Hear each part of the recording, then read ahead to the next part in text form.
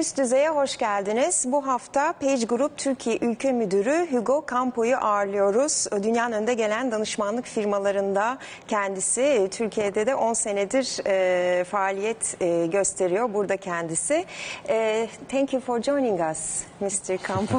Thanks for inviting me also. Okay, this is a very interesting sector, you know, CFOs and CEOs, and you have many surveys. So let's talk about how was 2016 for Turkish market first. Okay, so let me explain you. 2016 has been a year of lots of differences. Quarter by quarter has been fluctuating. I have to say the first half of the year was kind of okay for our business in the recruitment. So companies were hiring and it was a good moment of the market. Third quarter, due to external happenings, it was a very difficult quarter where we came back like 4 or 5 years ago. So a performance that went really down. But the last quarter of 2016 was the record quarter for us. So it means that something that was kind of repressed during 3 months exploded in the end of the year. So I can say 2016 is still a good year. It was a growth year compared to 2015 for us. Okay, so what are the responsibilities and roles of CFOs and maybe CEOs as well in the time of change? What you can say about that? Well, in times of change, CFO, I will start from the CFO. Okay. CFO must be always the right arm of a good CEO. It's a person that is looking at the blind spots of the structure, has to analyze if the structure is stable, engaging the people and being always on the right of the, or in the side of the employee more than in the company. So in the transformation and in the dynamic environment, they have to spot the new opportunities, they have to be aware of what's moving on the company and advising the CEO for maybe the areas that he cannot see by himself. So it's the ears and eyes of the CEO. What are the trends that are changing, I mean, to our time now? And what are the difficulties? The difficulties now, well... To directing, maybe, In this country, the situation is very dynamic. So it's a country that is changing very rapidly in all terms. So flexibility, anticipation, and... let's say it's a labor market that is quite dynamic. So retention, engaging is very, very important for a CEO, CFO, for any leader in this country. Okay. So we are living in a digital era, right? We have social media on one hand, and on the other hand, we have a lot of technologies and robots, you know, evolving. So how is the digital era affecting the working habits? They are making employees much more faster. They are making them faster. They are making them much smarter than I was once. When I started to work, it was very good. At the same time, very challenging, because all this access to information is quite difficult to handle in terms of new generations coming to the work arena, and then handling their expectations. You know, before, when you start to work, there was just a small access to what is going on in the world. Now everyone is very aware of what is going on, and it seems that you can touch it very quickly. Actually, this is a good thing, but on the other hand, also bad thing. I mean, for competition, you know, and these kind of things. It's difficult to handle for expectations. I'm always talking about the expectations of the employees. It's difficult to satisfy at every level what are they expecting. Yes. Because it's not as easy as you can get it in internet. Okay, and as profit-wise also, there are a lot of pressure on CEOs and CFOs as well. Especially for public companies, there is a strong pressure on the profits. And well, strategies on medium-long term, sometimes they have to be supported by the shareholders in order not to make the CEOs and the CFOs running for profits in short term that maybe can drive to decisions that are not exactly the right ones. And do you think it's getting worse, or maybe we'll see a balance on that? I mean, technology and, you know, I mean, it's going to be more difficult? It's difficult because of the culture of I want everything now and here. So for everything needs time. It needs time. And if the CFO and the CEO receive the confidence from shareholders, receive the confidence from the employees, then they can deploy their strategies. But if there is a profit pressure, it becomes more difficult. Okay, so technology is going fast, and confidence has become an important aspect, right, between leaders and employees. So what are the important issues to mind in creating that relationship between employees and leaders? Well, there is one word that I love on that is the integrity. Yeah, integrity. Integrity. Yes. And that is one of the main characteristics of a good leader. Yes. Integrity in order to explain, to say, to do what the person is deciding, to explain it, to engage the people behind, and always following a clear path that can be followed by their people. On top of that, trust, extending the trust. It's very important. Empowering the employees, leaving them the freedom to experiment, to fail, to bring them back. So in an environment that everyone is empowered to make decisions and mistakes. Okay, I see. So in that terms, how do you see 2017, I mean, globally? Globally? Well, globally, it could be a difficult question for me. I can tell you more about what is the European market, where I am more related, due to we belong as Turkey, as the Southern Europe region in the European region. Okay. I have to say that the countries which were in a deep crisis for the last 5-6 years, they are coming back very strongly. Really? Like Spain is coming back very strongly, France, Germany, Belgium, even small countries like Netherlands. But they are recovering very, very quickly after the bump on the road. And these countries that you are talking about, they had huge problems on the employment wise, right? Especially in the Southern Europe region. Right? Especially Southern Europe region, Italy, Spain, even Turkey, unemployment rates are over the 10%. Well, Spain in some segments of the population is even 25%. Yes. So that creates a serious problem for the young generations, because we are missing who are going to be the next leaders in 20 years. I mean, there is a gap between an age of 25 and 30 years old people jobless. So how they are going to be trained, how they are going to learn how to be a leader. Especially young people, I mean. Young population, right? Right after the university, they don't have opportunities for the job. But Turkey is very different. How? I mean, education. We have also problems for young people employment, but it's going better. No? Well, it's going much better than much better better than the countries I know from the Southern Europe region. Yes, especially because there is a shortage of talent in Turkey. So if there is unemployment, is in a segment of the professionals that are not the people educated in university with some assets like languages or international mindset. Well, they will always find a job in this country. Indeed, it's a very dynamic country, 2-3 years in every company, and they are progressing very, very fast.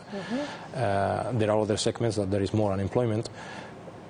But you told me that Europe is coming back. I mean, Yes. Can you evaluate this more? What do you mean?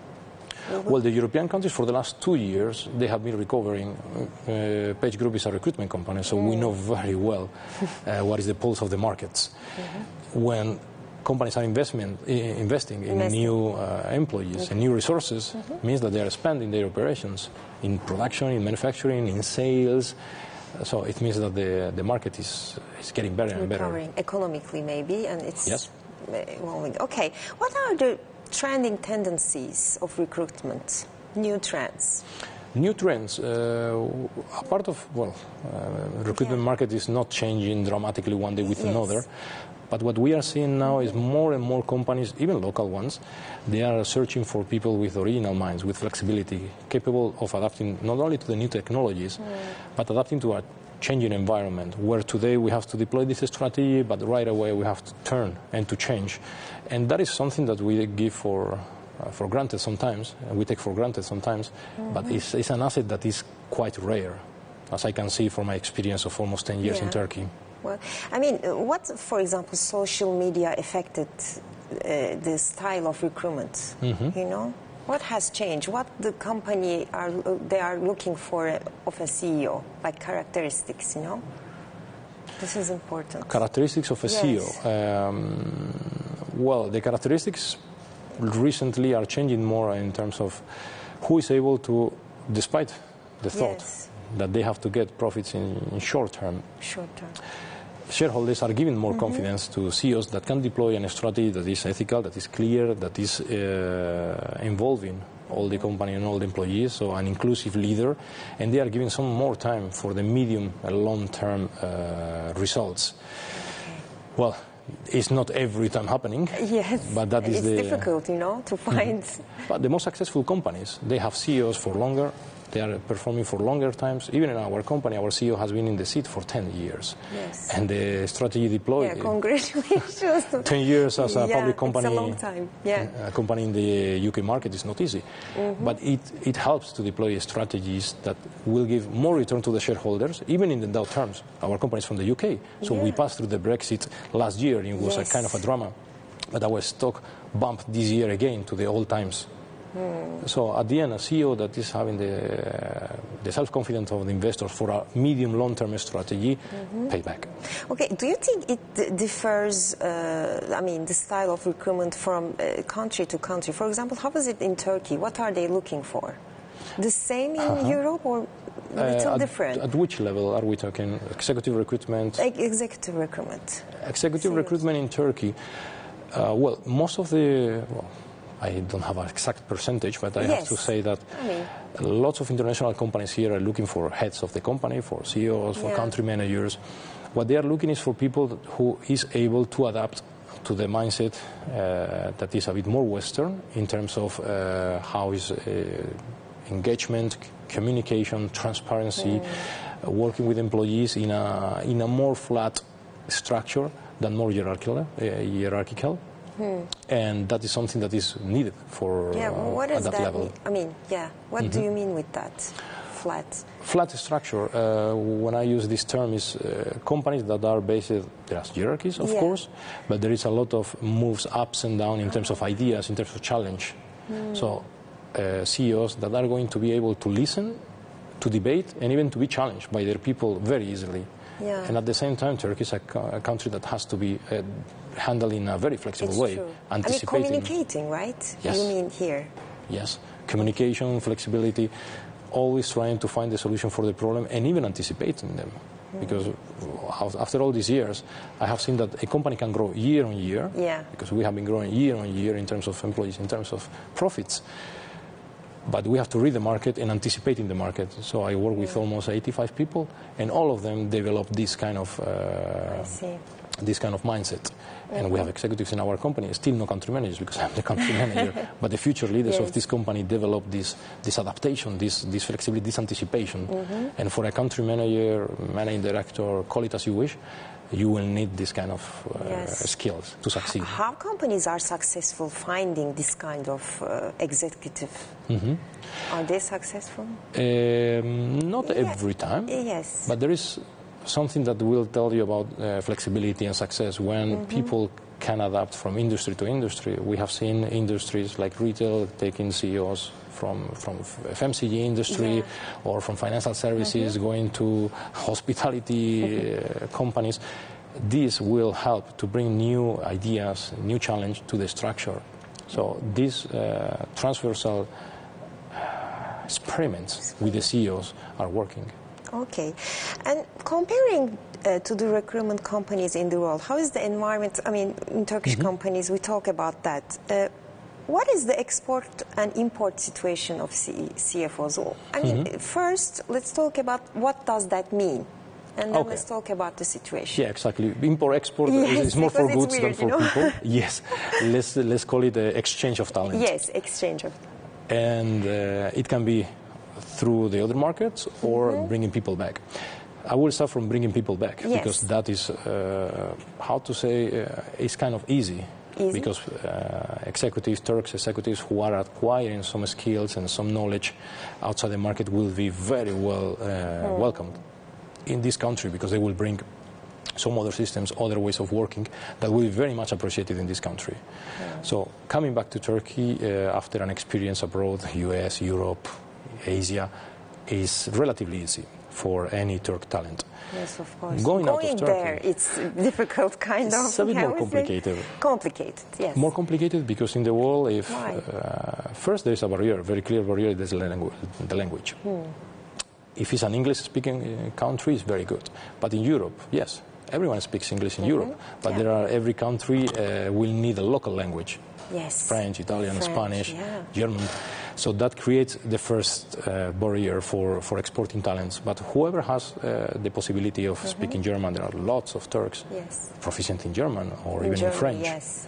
So you can see that the inflow and outflow of talents from Germany into Turkey is remarkable. We have an office of 220 people in Germany in total for Page Group. Here we have, I told you before, like 85 employees here, and we are exchanging. We have a synergy with our offices in Germany because the exchange of talent is very easy. A lot of they are bilinguals. Yeah, a lot of people want to go overseas from Turkey. Lately, I have to say yes. Survey about that? Yeah. I have more than survey what is our direct experience with the candidates. We are meeting hundreds of candidates weekly. Yes. And there is a strong will of having experience overseas. This is true. Even internally, we have this year 4 employees going to our operations in other countries in Europe. So it means that they are willing to take this knowledge and then to bring it back to Turkey one day. How about coming to Turkey from overseas? Well, there was years... Or maybe to Middle East as well, to, for example, Saudi Arabia, Qatar. How was the, I mean, west to east? I have to say from Europe to Turkey, lately it's a bit more complicated due to the different moments, the different happenings that we are seeing at the moment. Geopolitical risks, maybe. Exactly. But still I see an inflow of expats coming to Turkey. Some people is going. Okay, maybe the proportion of people leaving is higher than the ones coming, but still there is a big inflow of expats coming. Yes. Okay. Towards the Middle East, I have to say that lately we are seeing an increase of professionals going. Wow. Especially to KSA, the Kingdom of Saudi Arabia, to Qatar. Maybe because of wages? Wages are very good. Yeah? Income tax are very low. Income tax, okay. Income taxes are very low in those countries, but they are also demanding knowledge in oil and gas, in construction industries. Energy. Yeah, and they are very well evaluated in the Middle East, and even in the surrounding republics, ex-Turkish republics like Azerbaijan or that area of the, let's say, East Turkey, the border. We are seeing lots of employees moving there. Yes. And some local holdings investing on those republics and bringing Turks. It's true. Okay. I mean, talking about wages as well, I would like to talk about wages globally and in Turkey. So they say Turkish executives, they are taking a lot of wages, compared to Europe and other countries. So how would you evaluate that? Well, if I talk to the Turkish CEOs, they will say always, no, it's not true.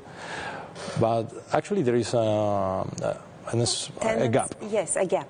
A gap between the executives in Turkey, executives in Europe. And it's just due to the differences of social benefits that a person can have in Turkey. I mean, we are talking about local companies. Or also international companies? In general. International companies, executives, or local companies, executives, they have a very reputable salary. Both. Yes. Why is that? I mean, this trend, it's still going strong, right? It was like this 2 years before. It has been always like this. I have seen it always, even when I came to Turkey, this was the country, like 3rd or 4th country in the world in terms of paying executives. Wow. And it's just because the pension plans in Turkey, I mean, there are some countries with social benefits that are quite strong. In Turkey, they are different. So there are health insurance, pension payments. So a professional in Turkey has to save during their working life to have a retirement and to have a better wealth after they retire. So it's compensated during the working life amongst other factors. So the shortage of talent. Yeah. So this trend will go, I mean, will continue like this, do you think? We never saw it changing, really. But there is also a reward system in Turkey as well, because in Europe and United States, at the end of the year, I mean, there is a rewarding of the CEOs. This is also a huge amount of wage. So do you calculate this inside as well? Yeah, a CEO payment is always is a package. It's just a fixed salary, like every one of us, but then they have strong benefits based on the performance of the company and based on the stock performance of the company. So that increases the package of the CEOs. But that is in the case of public companies. companies that compare with the private companies is just disproportionate. There are much more private companies. Still, country managers or people at the top of these private companies, they have salaries that are high, bonuses that are high, and just because the shortage of talent as well. Yeah, because like since 5 years or 10 years, they don't want to pay anymore, this package to the CEOs because it takes a lot of money, and many European and American global companies think the same. Sometimes they cancel, because it depends to the profit, right? Yeah. What I saw from our point of view is, yes, they can hire and they can have these professionals very well paid with big packages, but they have to make profits. And some companies are pulling out of the market, so of course these people is losing their jobs. Okay, challenges and have a multicultural market experience are in demand, right? Definitely. And comparing to their other challenges, colleagues in the other European countries, how is Turkish CFOs fintech skills? First, there are a lot of people who doesn't understand fintech.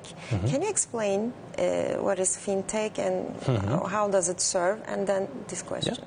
Well, fintech is just the acronym for financial technology, and it was a kind of tools used at the beginning of the 21st century just in trading companies, in banks, in the back office.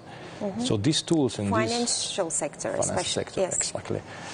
The tendency for the last years is that these instruments will be applied also to private companies, to even to private economies. And these resources, these tools, are helping the companies to make profits through the CFO job, because it's a completely financial tool. So it's just something that is used by these professionals. Okay. A CEO who wants to take advantage of these tools will need a CFO that will be very well trained on those. And I have to say that in Turkey, the skills of in fintech of the CFOs, not everyone is using it, but the ones who in Turkey, they use it. Yes, it still has to be extended, but the level of skills on those tools are remarkable. So there is no way to be jealous about the other countries, US or European. Yes. Okay. So we have. So as a last question, we have 2 more minutes. And your expectation about Turkish market in 2017, and you can also talk about a little bit about your survey, your last survey for 2017. So how do you see overall the market for Turkey, overall globally, and what are the risks, what will be the difficulties with new trends? So what is your expectation for 2017? Well, more than my expectations, Arzu, I'm going to talk to you about one study that Page Group is doing in Turkey every quarter, and it's called the Confidence Index. And it's asking to all our candidates in our database questions about how they see the market, how they see the opportunities, how they see if they will grow in their professional life, if they will have a better job. Yes. And I have to tell you that even after Q3, where it was a very complicated quarter to handle last year in 2016, the index was very high. Very high, and people saying, I will get a promotion in the next 6 months, my salary is going to grow in the next 5 years, I will have an opportunity in the job market in the next 3 years. But this is repeatedly happening. And I have to say that this index is much higher in Turkey than any other country in Europe. In fact, when we are gathering all the marketing directors in every country, we are seeing that Turkey is really confident or really optimistic. That's good. Contrary to the culture, because it's not a super optimistic culture. It's true. But in the job market, the confidence is very high. Challenges for 2017. Yeah. there are a lot of them happening. Main challenges, Main challenges is still giving stability to the external companies, giving stability on the financial situation. The country is delivering growth again in the GDP, so they have to gain strong confidence from the markets to receive the inflows of capital. And that is happening again. So theoretically, we are going in the right direction. In the last quarter, in the first quarter of 2017, we had 5% of economic growth. So yes. This is more than expected. More than expected. They are exceeding the growth.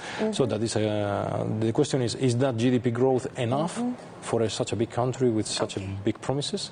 I guess yes. Okay. Thank you for joining us, Mr. Campo. My pleasure, Arzu. Evet, üst düzeyde Page Group Türkiye Ülke Müdürü Hugo Campo sorularımızı yanıtladı. Haftaya görüşmek üzere, hoşça kalın.